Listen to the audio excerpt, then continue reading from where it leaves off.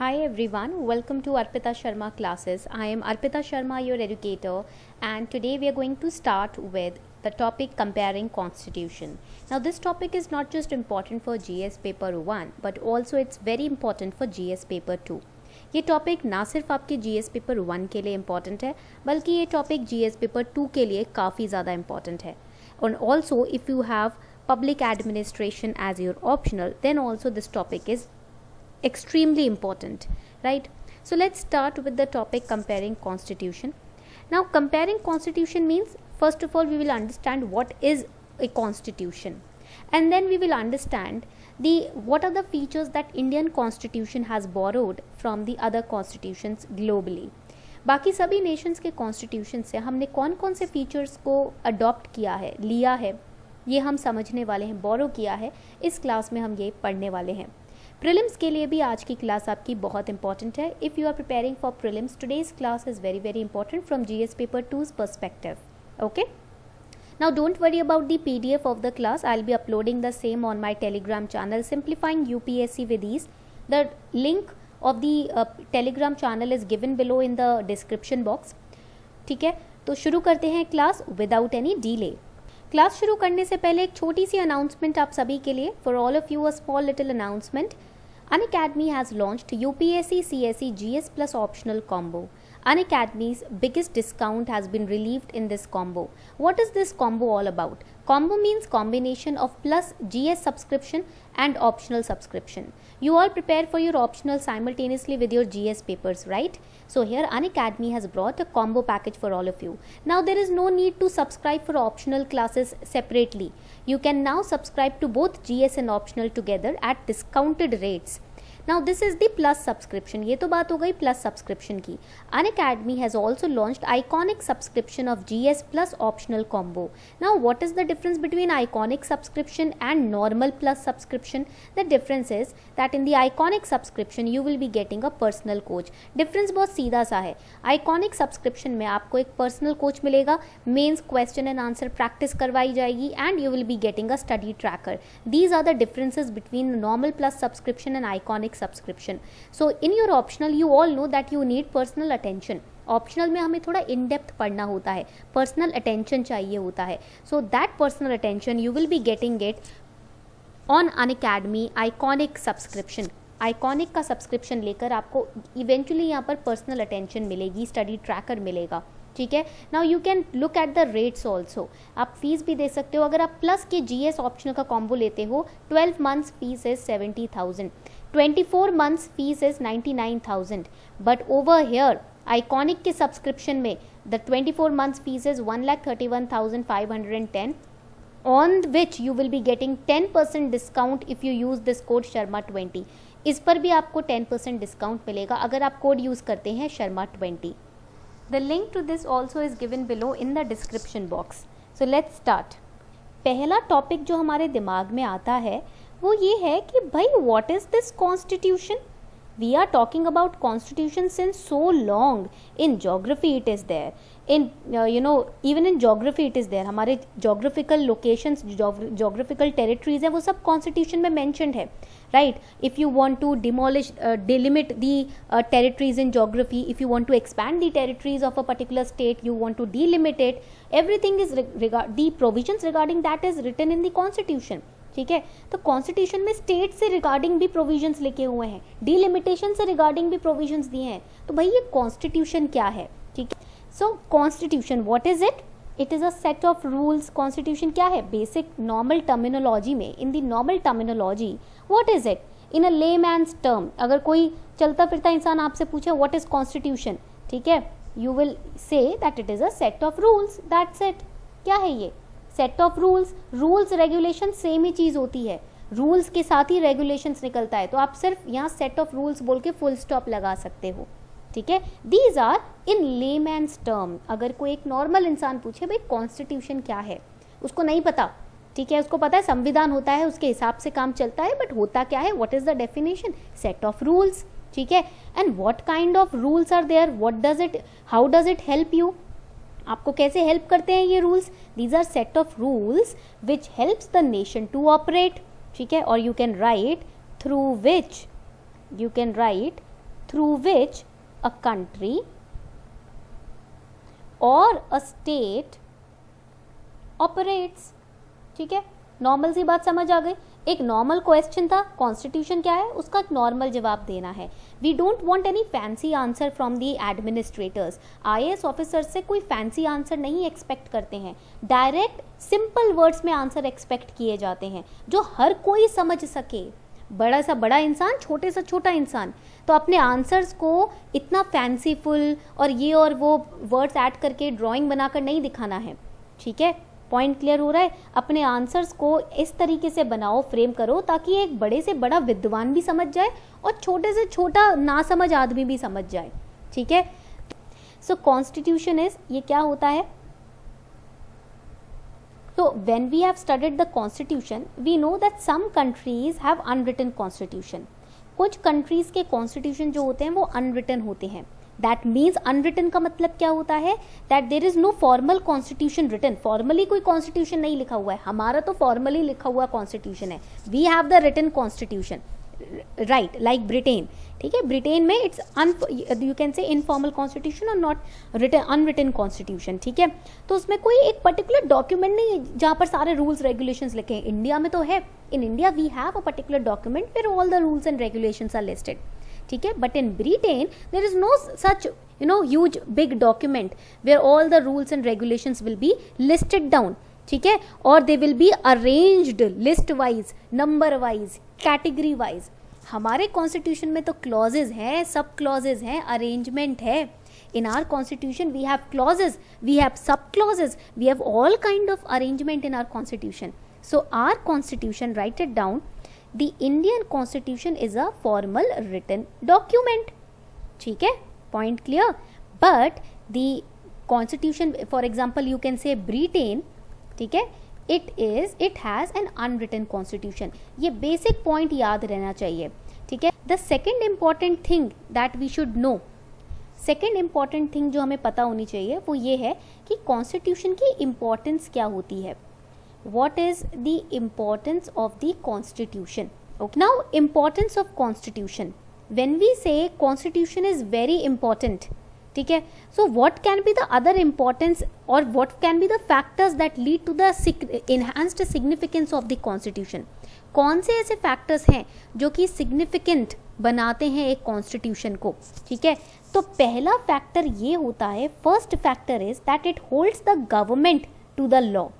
ठीक है, write it down, it holds the government to the law. Point clear हो रहा है. अब कॉन्स्टिट्यूशन की मदद से एवरीथिंग इज रिटन. ठीक है, everything is written in the constitution. All the rights, all the regulations, all the laws, everything is written. So government can not surpass the constitution. Even the powers to be given to the government is mentioned in the constitution. तो government constitution की limit को तोड़ के आगे काम नहीं कर सकती. ठीक है, even the unsaid laws are mentioned indirectly in the constitution. Dinesh is right. DPSPs, अब DPSPs are not enforceable in court. DPSPs को अगर वायलेट कोई करता है तो आप कोर्ट नहीं जा सकते. ठीक है, but they are still mentioned because indirectly the constitution is saying some duties are there on the part of the government, on the part of the state government for the welfare of the society as a whole. कुछ ऐसी duties भी हैं जो कि government को ध्यान में रखनी चाहिए इनडायरेक्टली. ठीक है, तो गवर्नमेंट जो है वो लॉ से बंधी हुई है, अपने मन मर्जी कुछ नहीं कर सकती. Government can not by its own will violate your rights. ठीक है, सेकेंड इंपॉर्टेंस. अब सेकेंड इंपॉर्टेंस क्या होता है, व्हाट इज सेकेंड इंपॉर्टेंस. ठीक है, this is the second principle. It provides the distinction of power so that no one part of the government is any more powerful than the other. ठीक है, than the other. Point clear? So separation of power, यहाँ पर आप लिख लोगे bracket में, in bracket you can write separation of power. Now in India, in our country, we have three major branches. Polity में 3 major branches होती हैं. कौन कौन सी होती हैं वो major branches? What are those major branches? Please let me know in the comment section. Yes, legislative, judiciary and executive, ठीक है, लेजिस्लेटिव होती है, जुडिशरी होती है, एग्जीक्यूटिव होती है। तो कॉन्स्टिट्यूशन में ये क्लियरली मेंशन्ड है कि इन तीनों ही ब्रांचेस के बीच में एक नेसेसरी डिफरेंस रहेगा, यानी कि एक ब्रांच दूसरे ब्रांच से ज़्यादा ताकतवर नहीं हो जाएगी, इक्वल पावर अलॉट की जाएगी, एक दूसरे को चेक कर सकते हैं, बैलेंस कर सकते हैं, ठीक है। There is a system of checks and balances, ठीक है, दिस इज वेरी इंपॉर्टेंट। एक सिस्टम है चेक्स एंड बैलेंसेस का, ठीक है। Now this is very important, checks and balances means legislative, judiciary and executive. If executive is not working properly, judiciary can check on it. If judiciary is not working properly, legislative can pinpoint it. If legislative is not working properly, judiciary can pinpoint it. मतलब अगर मान लो एक ही class में 3 बच्चे हैं, एक class में 3 बच्चे हैं, there is a system of checks and balances means अगर A, B, C, अगर C ढंग से काम नहीं कर रहा तो B उसको फिंगर पॉइंट कर सकता है कि भाई यहाँ पर तू गड़बड़ कर रहा है, ठीक है। If A is not working properly, B can pinpoint it, amend it, that you are not working properly. B can, bring about certain corrections, suggest certain corrections in the working of A, ठीक है।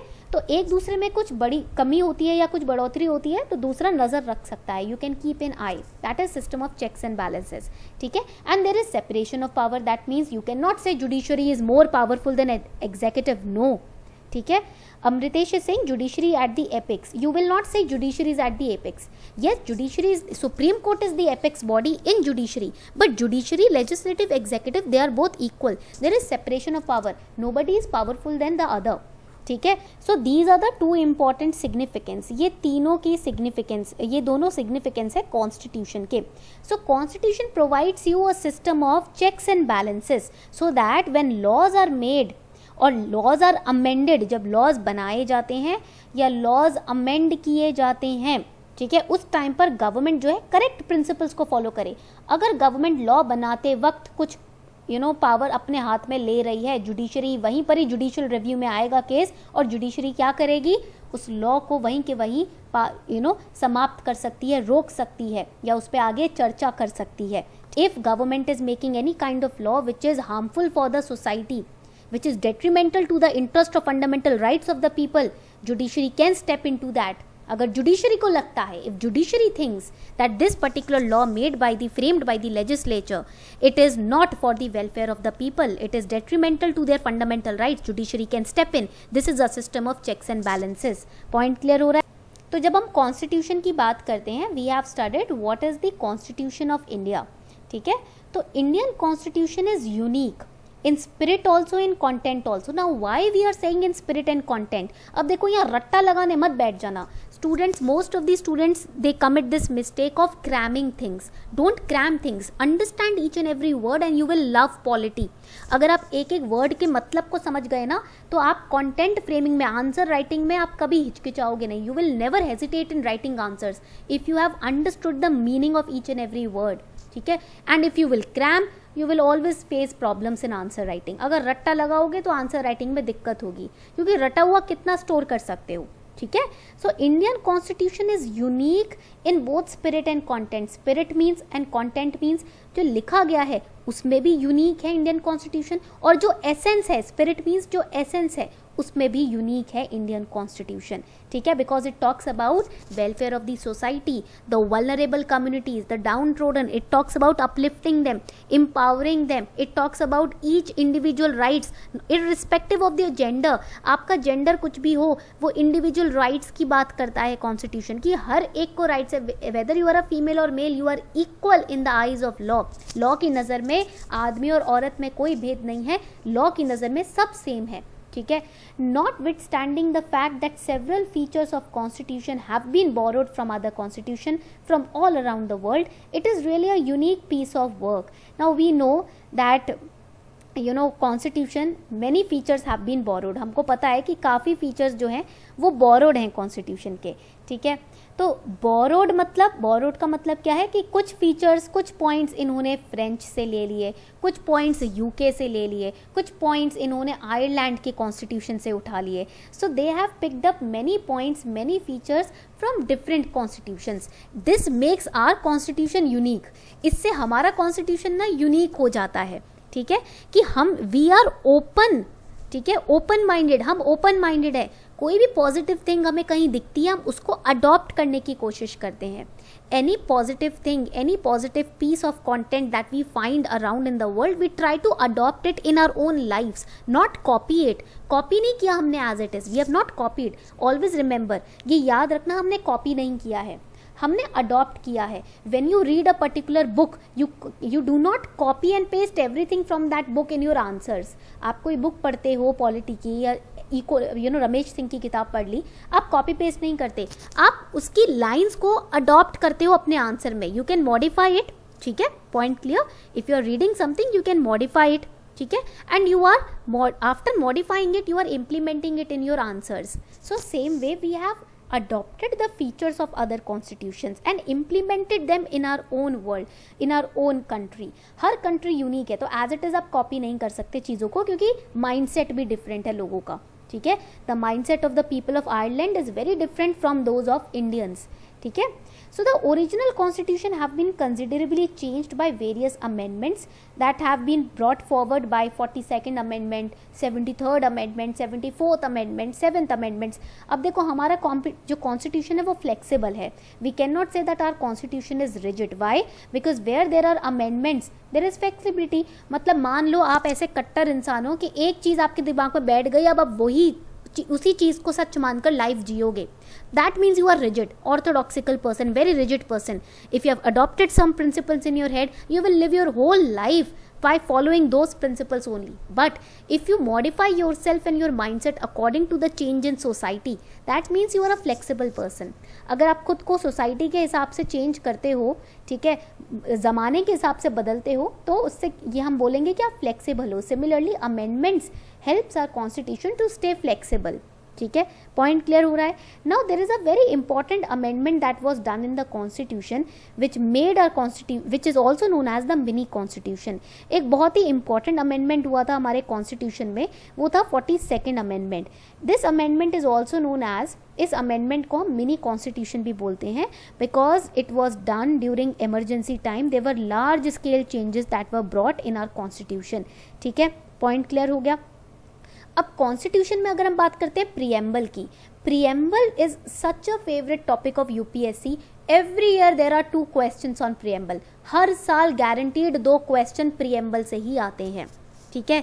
So what is a preamble? ये preamble है क्या? When you study NCERTs, you must have seen on the very second page only there is a preamble. Second page पे ही, हर NCERT के second page पर ही एक preamble होता है ना. That means all of you have studied the preamble. आप सबने preamble पढ़ा है, ठीक है, पढ़ा है ना. Everybody has read the preamble. You have studied the NCERTs in your school time, तो पढ़ा ही होगा preamble. The constitution starts with the preamble, ठीक है, and this feature has been taken from the American constitution, ठीक है, point clear हो रहा है. इंडियन कॉन्स्टिट्यूशन भी प्रीएम्बल से स्टार्ट होता है.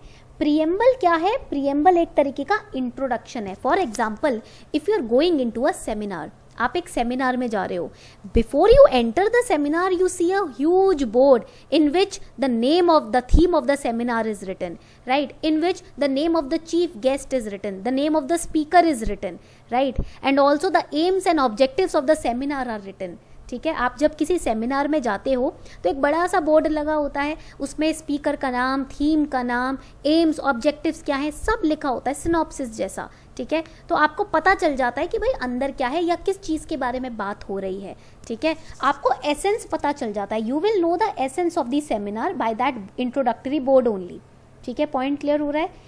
So that is similar way preamble has been written, ठीक है. What is preamble? It sums up the essence of the constitution.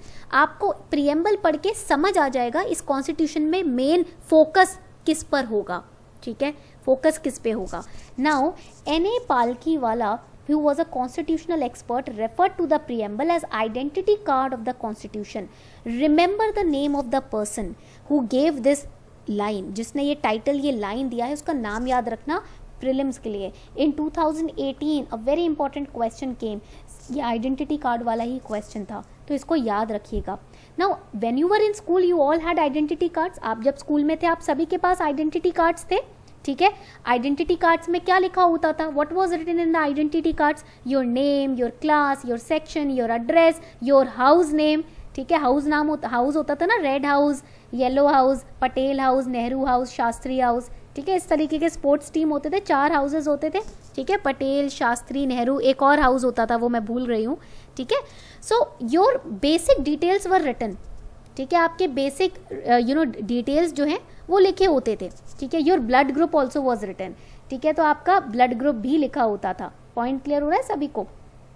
तो ये सारे जो डिटेल्स होते हैं ना, all these details they are your essence, ये आपका एसेंस होते हैं, ठीक है। All these details are your essence, they will tell रफली the major points about you, they will be telling you.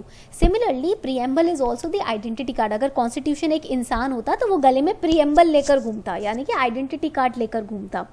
And preamble is based on Pandit Nehru's objective resolution. Now we have covered the modern Indian history classes on Unacademy Plus, in which I taught the students the objective resolution 10 points which were mentioned by Pandit Nehru ji, ठीक है।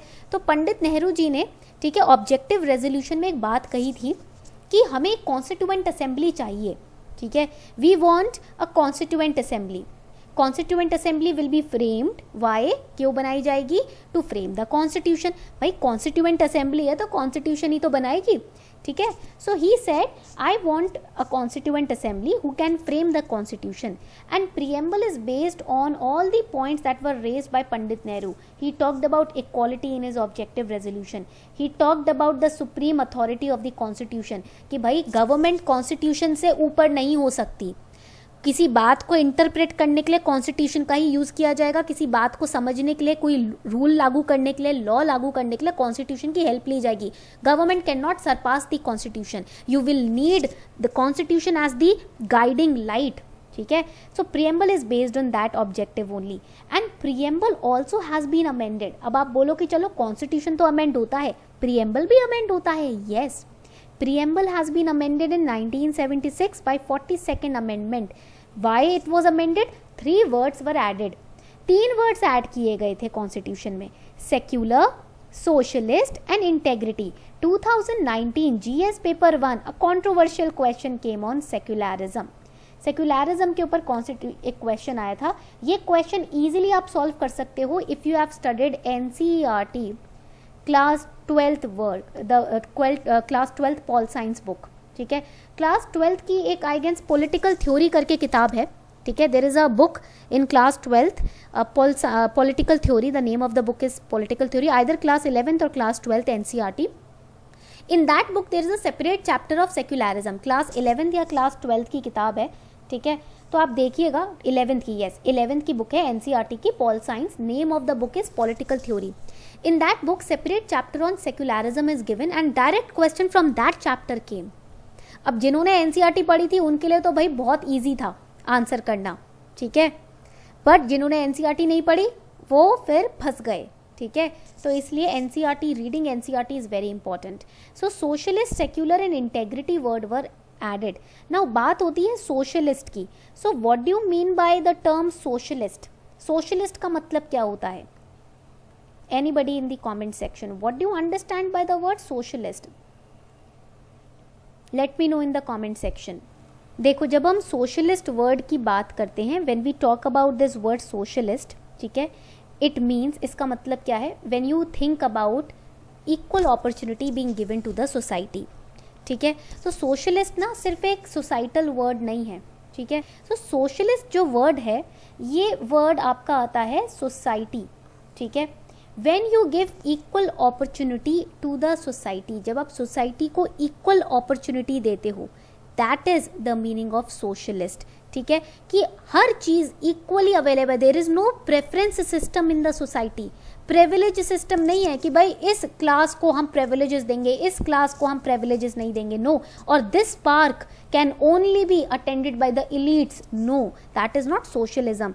जब आप यहाँ पर बोलो कि properties हैं but उस पर कुछ क्लासेस या कुछ कैटेगरी ऑफ पीपल ही कब्जा कर सकते हैं, that will be wrong, that is not being socialist, ठीक है। It states that the means of making और मेकिंग वेल्थ और मूविंग वेल्थ और doing trade, it should be owned and controlled by the society. आप कोई भी resource है, कोई भी वेल्थ है, कोई भी प्रॉपर्टी है, वो सोसाइटी कंट्रोल करेगी, कोई एक कैटेगरी नहीं, no one category will be controlling, ठीक है, the society will be controlling it, that is socialist. वो तो हो गया सोशलिस्ट। अब बात आती है सेक्युलर की। Now understanding the meaning of secular is very important. If you do not know the meaning of secular then there is a problem. What is secularism और सेक्युलर, ठीक है।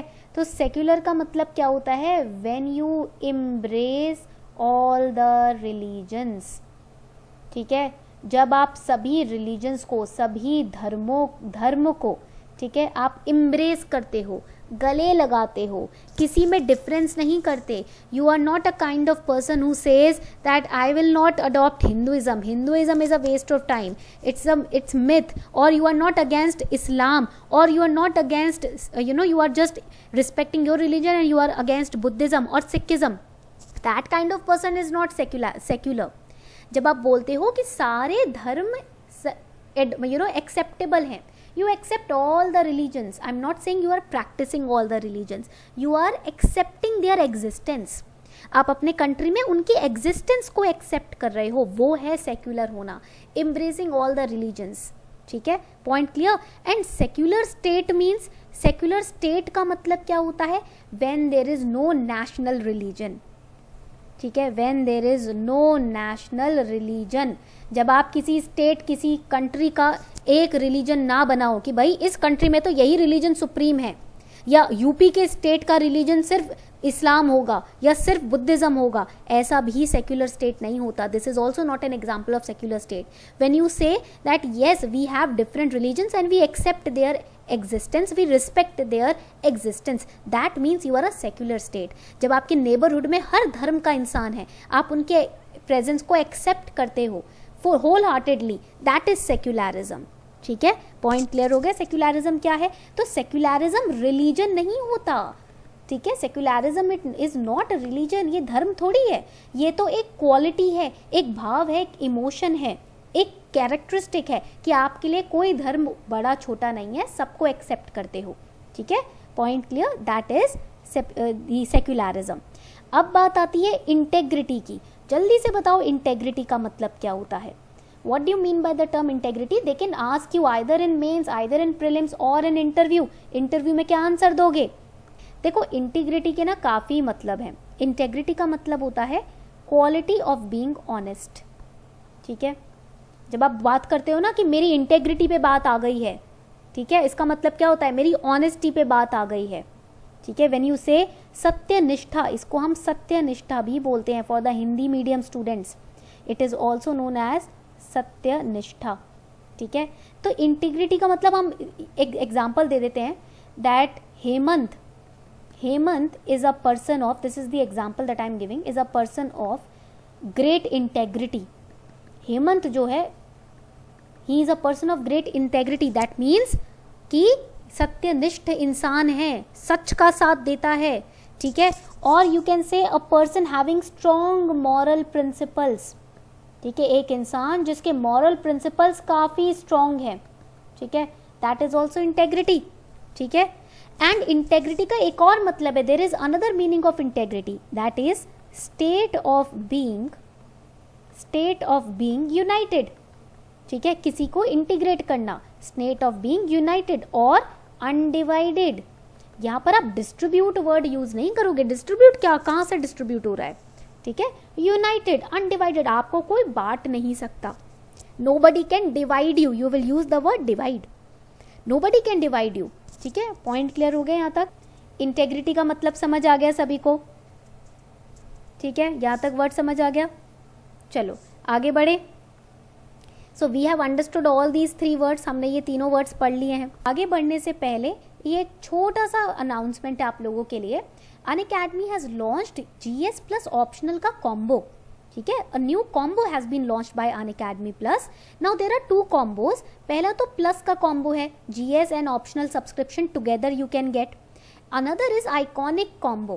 You can take GS iconic subscription plus optional subscription. What is the difference in iconic? That you will be getting a personal coach to guide you throughout from prelims till interview. Then mains question and answer practice and study tracker. Daily आपके studies पे नज़र रखी जाएगी. They will be tracking your study pattern daily. helping you in making your own timetable. And here you can see that अगर आप लेते हो ये packs, either you can take GS plus optional combo on plus, or you can take iconic plus subscription plus optional. तो इसमें क्या होगा, आपको डिस्काउंट भी मिलेगा 10% का. You will be getting extra 10% discount, already discounted price है. Over and above this you will get 10% discount if you use Sharma20 code. ठीक है, तो अगर आप GS और ऑप्शनल की तैयारी एक साथ करना चाहते हैं हमारे साथ अनअकैडमी प्लस पर, तो आप आज ही सब्सक्राइब कर सकते हो. This was a small little announcement for all of you. Let's start the class. Resume the class. We have studied so far there are 3 branches of the government: executive, legislature, judiciary. Many students have this doubt, ma'am, why are we studying this polity topic in world history class? Polity का topic world history में क्यों पढ़ रहे हैं? क्योंकि देखो बेटा, आपके कॉन्स्टिट्यूशन में, इन इंडियन कॉन्स्टिट्यूशन ना, many features have been taken from the other countries. For example US, for example UK, Ireland, even Switzerland, Germany, Australia, France, etc. ठीक है, we have taken many features from them. Our preamble has been adopted from American Constitution. हमारा खुद का preamble जो है, हमने कहाँ से, वो जो way है, see, we have not copied and pasted the preamble. India did not do that. India ने ऐसा नहीं किया, प्रियम्बल के कंटेंट को कॉपी पेस्ट किया. No, the idea of preamble has been taken. हमने आइडिया अडॉप्ट किया है. प्रियम्बल उनका डिफरेंट है, हमारा डिफरेंट है. आइडिया है कि बिफोर द कॉन्स्टिट्यूशन, ठीक है, before the constitution we will have an identity card. Constitution से पहले एक आइडेंटिटी कार्ड होगा. पॉइंट क्लियर हो गया सभी को? We have studied separation of powers also. हमने सेपरेशन ऑफ पावर भी पढ़ लिया. Now we should look into legislature, executive and judiciary. अब जब लेजिस्लेचर की बात आती है, what is the function of a legislature? Legislature का बेसिक फंक्शन है भाई लॉ इनैक्ट करो. ठीक है, point clear? Enact the law. So what is the legislature? Legislature job is to enact laws. इनका जॉब क्या होता है? ठीक है, लॉ को इनैक्ट करना. ठीक है, आगे बढ़ते हैं. Let's move forward. It is the basis for the functioning of other 2 organs, that is the executive and judiciary. ठीक है, why? Because if laws are not getting enacted, how will judiciary review them? अगर कोई law ही enact नहीं हो रहा, judiciary क्या उनको review करेगी? ठीक है, और अगर कोई लॉ इनैक्ट नहीं हो रहा तो एग्जीक्यूटिव किस चीज़ को एग्जीक्यूट करेगा, इम्प्लीमेंट करवाएगा, लागू करवाएगा. ठीक है, तो लॉ बनेंगे तभी एग्जीक्यूटिव काम करेगा, तभी जुडिशरी काम करेगी. When the laws are being enacted, only then the executive will work, only then the judiciary will work. ठीक है, so executive is the organ that implements the laws. यहाँ से law बनकर आया, इसको implement कराएगा executive. Executive will implement them. Then judiciary. Now this is the branch that interprets the law, settles the disputes. अब देखो law को interpret करने का काम किसका है? judiciary का. If you think the laws are violating your rights, अगर आपको लगता है कि भाई लॉ से आपके राइट्स जो है वायोलेट हो रहे हैं, you can go to the judiciary. आप कहाँ जा सकते हो? आप जा सकते हो जुडिशरी के पास. You can go to the judiciary. ठीक है, you can knock on the doors of the supreme court and high court. they will solve the dispute by interpreting the law and will administer justice to you. ठीक है, so this is the basic function of legislature, executive and judiciary. ये तो हो गया basic function. ठीक है, अब समझ लेते हैं डिवीजन, या हम समझ लेते हैं different features that we have taken. ठीक है, यस, ओवर हियर. तो इधर आप देखेंगे कॉन्स्टिट्यूशन को इंडिया में बोला जाता है बैग ऑफ बोरोइंग. हम बोलते हैं हमने बोरो किया है. ठीक है, अडॉप्ट किया है, बोरो किया है. बोरो का मतलब क्या होता है? बिकॉज हमने काफी फीचर्स को अपने कॉन्स्टिट्यूशन में लागू किया है. Many countries we have taken many features, borrowed from them, the ideas we have borrowed from them and implemented them, modified in our own nation. उन बोरोड आइडियाज को हमने अपने नेशन में मॉडिफाई करके इम्प्लीमेंट किया है. So what are the examples? They will ask you examples also. ठीक है, अब देखो यहाँ पर कॉपिंग वर्ड नहीं है कहीं भी. Here nowhere they have written copying word because we have borrowed the ideas. हमने borrow किया ideas, copy paste नहीं किया. ठीक है, and then because culture of UK, US, Ireland, Australia is different and our culture is different, so we have modified those ideas. क्योंकि हमारा culture different है, लोग different है, तो हम as it is उनका idea तो यहाँ copy paste नहीं कर सकते, लोगों के हिसाब से लागू करना होगा, तो इसलिए हमने उन्हें modify किया है. From British Constitution we have taken the feature of parliamentary system. हमारी कंट्री में पार्लियामेंट्री सिस्टम है ना फीचर. ठीक है, first feature of our polity is parliamentary system. Second, constitutional head of the state कौन होता है एक स्टेट में, for example in let's say, ठीक है, let's take an example of Lucknow, ठीक है, कॉन्स्टिट्यूशनल हेड होते हैं वहाँ पर, एग्जाम्पल दो, यस, गवर्नर हो जाता है, ठीक है। देन कभी कभी एलजी भी होते हैं, ठीक है, वी हैव एलजी ऑल्सो, ठीक है, लेफ्टिनेंट गवर्नर दिल्ली में है, ठीक है। Then lower house of parliament, वो अपर हाउस से ज़्यादा पावरफुल होंगे, पॉइंट क्लियर हो रहा है, इन lower house of parliament is more powerful, why, because it is the voice of the people, common masses, yes और नो, लोअर हाउस जो होता है वो कॉमन मासेस का आवाज होती है, इट इज मोर पावरफुल, ठीक है, बिकॉज पीपल्स पावर, हमारे पास का पावर किसके पास होती है, लोगों के पास होती है, ठीक है। Then responsibility of council of ministers towards parliament, now Prime Minister also has a Council of Ministers and Chief Minister also has a Council of Ministers. What is their role? इनका काम क्या होता है? Their role is to aid and advise. आपने पढ़ा होगा M Laxmikant में. You must have studied this. Aid and advise. Aid means, aid का मतलब क्या होता है? Help करना. Advice का मतलब recommendations देना. ठीक है? So here the Prime Minister or the Chief Minister, they take the recommendation from Council of Minister. The Council of Minister help the Prime Minister and Chief Minister to frame policies, to try to implement them. And there is rule of law. ये rule of law बहुत important है, please इसको लिख लीजिए, ठीक है, because many a times in mains questions have been asked. Rule of law का मतलब law से ऊपर कुछ नहीं, law चलेगा, priority will be given to the law. There should be a rule of law. Priority law को मिलेगी, ठीक है, पॉइंट क्लियर, लॉ से ऊपर कोई नहीं, ठीक है, कानून से ऊपर कोई नहीं. Then from US we have taken preamble, ये तो हमने पढ़ लिया. We have taken fundamental rights. Now are the fundamental rights in USA and India same? क्या फंडामेंटल राइट्स यूएसए में और इंडिया में सारे सेम है, ditto? Please let me know in the comment section. No. So do you think that we have copied as it is the features of USA's constitution into our constitution? क्या आप अभी भी बोलोगे copy किया है? नहीं किया. आइडिया लिया है फंडामेंटल राइट्स का कि लोगों के पास हक होने चाहिए उनके. You should have your rights. कोई आपके प्राइवेसी में, आपके स्पेस में ऐसे ही एंटर ना कर जाए. इसलिए जो राइट्स हमें मिले हैं वो डिफरेंट है, यूएस की डिफरेंट है, हमारे डिफरेंट है, बट जो टर्म है ना फंडामेंटल राइट्स, जो आइडिया है लोगों के पास उनके हक होने चाहिए, वो हमने आइडिया बोरो किया है, ठीक है. Then amendment of the constitution, we have borrowed it from again US. Function of vice president, we have borrowed it from US. Nature and function of Supreme Court, independence of judiciary. Now if judiciary is not independent, what can happen? What can be the repercussions? क्या impact हो सकता है अगर judiciary को independence ना दी जाए? जल्दी से बताओ comment section में. Judiciary, if judiciary's independence is taken, then justice will not be delivered. इस कंट्री में जस्टिस वैसे ही डिले होता है, ठीक है. अब अगर इंडिपेंडेंस भी छीन ली तो क्या होगा? गवर्नमेंट इंटरफेयर करेगी, गवर्नमेंट विल इजीली इंटरफेयर, वो तो अभी भी करने की कोशिश करती है. अगर पूरी तरीके से इंडिपेंडेंस ले ली तो बेड़ा गर्क हो जाएगा जस्टिस का, ठीक है. Then you will not be in a position to knock the doors of supreme court और हाई कोर्ट, ठीक है. Then from Australia what we have taken? List of concurrent powers. We have taken procedure for solving deadlock over concurrent subjects. अब आपको पता है ना JPCs बनाई जाती है पार्लियामेंट में, जॉइंट पार्लियामेंट्री कमिटीज, ठीक है. When there is a deadlock between the two houses, JPC is created. Newspaper में रोज आता है, पढ़ते हो ना newspaper? Every day you must be reading the newspaper, right? So in newspaper it is mentioned about JPC all the time. Why? Because there are political deadlocks, there are ties between the opinions and thought process of both the houses. For that separate committees are created to resolve the issue. ठीक है. Issue को resolve करने के लिए दोनों के बीच में जो मतभेद है, हाउसेस के बीच में, सदन के बीच में, उसके लिए कमिटीज बनाई जाती हैं. वो ऑस्ट्रेलिया से हमने आइडिया लिया है. From Irish Constitution we have taken the idea of DPSP. DPSPs क्या है? What is DPSPs? DPSPs are the regulations. You can not just formal or official regulations. These are guidelines, guiding principles you can say. ठीक है, कि भाई एक state में इस तरीके से काम होना चाहिए. You should protect the cow. You should not slaughter the cow.